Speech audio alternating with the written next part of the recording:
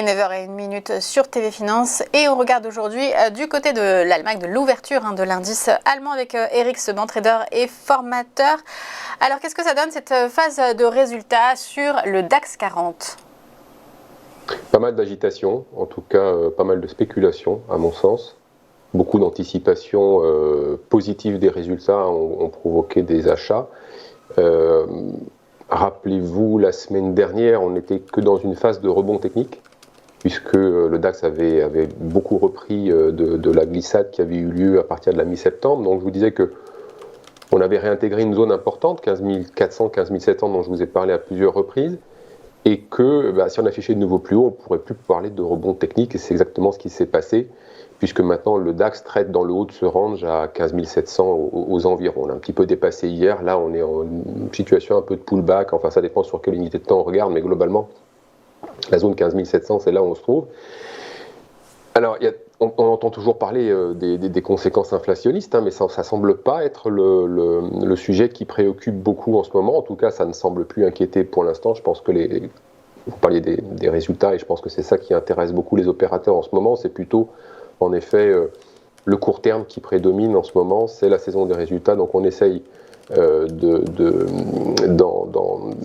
prendre à bon compte tout ce qu'on peut prendre à bon compte. Donc, il y a des paris qui ont été faits clairement sur des bons résultats de marché. Les résultats sont arrivés et la spéculation continue de dominer. On aurait pu attendre justement que le marché recule un petit peu. C'est souvent comme ça que ça se passe. On anticipe et puis ensuite, à la nouvelle, ça repart en arrière. Ça ne s'est pas produit. Donc, on a une certaine forme de pression que met en place cette spéculation. Ça ne redescend pas, en tout cas. Alors, à moyen terme, sur le plan de chartiste, il n'y a pas de directionnel marqué. On n'a plus un directionnel marqué déjà depuis plusieurs semaines. Mais avec la hausse qu'on a eue depuis mercredi, alors là, on a repris un biais haussier que l'on avait perdu en septembre. Et puis maintenant, mon scénario principal, c'est 16 000 en ligne de mire, c'est-à-dire le double top avec ce qu'on avait obtenu en août. Ça me semble tout à fait possible. On n'est plus qu'à 300 points, c'est pas beaucoup. Compte tenu de la hausse importante qu'il y a eu depuis maintenant 15 jours, on a quand même pris 6,5% quasiment en ligne droite en 15 jours. C'est énorme.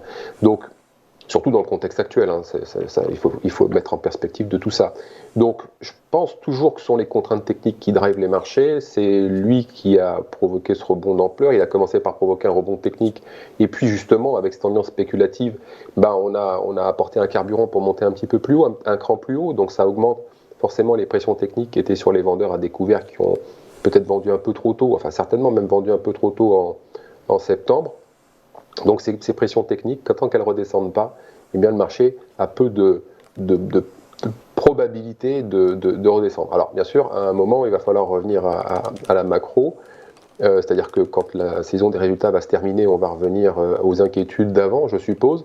Et donc après, la question à se poser, peut-être, c'est si on atteint les 16 000, parce que c'est pas loin, est-ce qu'on va pouvoir afficher de nouveau plus haut et réinscrire une tendance moyen terme haussière. Et là, je ne vois pas tellement comment on peut, parce que il y a quand même encore toujours cette tendance assez pesante qu'on a mis de côté pour le moment, mais qui va ressortir. Et puis, on paye un marché qui a été payé. Tout est presque trop cher en fait. Donc, dans ce marché qui est trop cher, il y a un moment où même s'il y a beaucoup de liquidités, on se pose et puis il faut qu'on réfléchisse un petit peu à ce qu'on va faire avec ces liquidités, même si on est obligé de les investir quand on est gestionnaire. Il faut quand même le faire avec raison. Donc on peut être opportuniste par moment, mais à d'autres moments, il va falloir quand même arbitrer. Bon, on verra un petit peu comment tout ça va se dérouler d'ici une quinzaine de jours. En intraday, toujours pour intervenir, les probabilités restent maintenant un peu plus encore que précédemment du côté des achats sur repli si on veut prendre des points, avec une petite préparation mentale quand même à faire. C'est-à-dire que vous avez pu voir, peut-être constater, que le DAX a quand même changé de rythme depuis quelques jours. Justement, il y a un peu de perturbation au niveau de ce qu'il était, de son rythme habituel, entre guillemets. On a des phases de volatilité qui se suivent en intraday et qui sont assez soudaines et rapides. Et puis, on a également des vitesses qui sont changeantes. Donc, on a un marché qui n'est pas très facile à travailler quand on n'est pas préparé. Donc, travailler dans le sens de la hausse, c'est une chose, mais il faut se préparer à ce changement de rythme qui peut intervenir plusieurs fois dans la journée. Parce que c'est toujours pareil, quand on n'est pas préparé techniquement et mentalement, pour traiter, c'est assez compliqué. Donc, si on ne supporte pas ces variations de vitesse et de volatilité, il vaut mieux rester à l'écart encore quelques jours. Merci beaucoup pour cette analyse. Éric Seban, je rappelle que vous êtes trader et formateur.